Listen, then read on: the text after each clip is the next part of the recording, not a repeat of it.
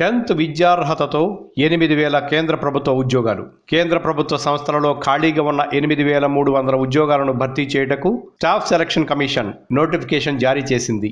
అన్ని రాష్ట్రాలలో multi tasking staff non technical విభాగంలో భారీ ఎత్తున కొలువులను ప్రకటించింది. ఈ ఉద్యోగాలకి 10వ తరగతిని విద్యార్హతగా ప్రకటించారు.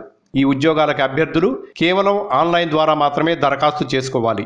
ఎస్సీ, ఎస్టీ, వికలాంగులు, ఎక్స్ సర్వీస్ మెన్, మహిళా అభ్యర్థులకి దరఖాస్తు ఫీజు నుండి మినహాయింపు ఉంది.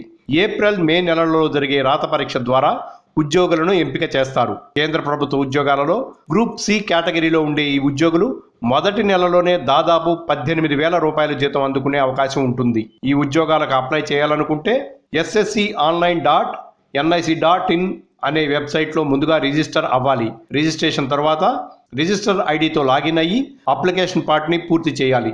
ఆ తర్వాత పేమెంట్ పార్ట్ని పూర్తి చేయాలి. జనరల్ అభ్యర్థులకు అప్లికేషన్ ఫీజు 100 రూపాయలు. అప్లికేషన్ చివరి తేదీ 30/1/2017. పరీక్ష తేదీలు 16/4/2017, 30/4/2017, 7/5/2017. మరిన్ని వివరాలకు SSC బోర్డు విడుదల చేసిన నోటిఫికేషన్ చూడండి. Like and subscribe Eagle Media Works.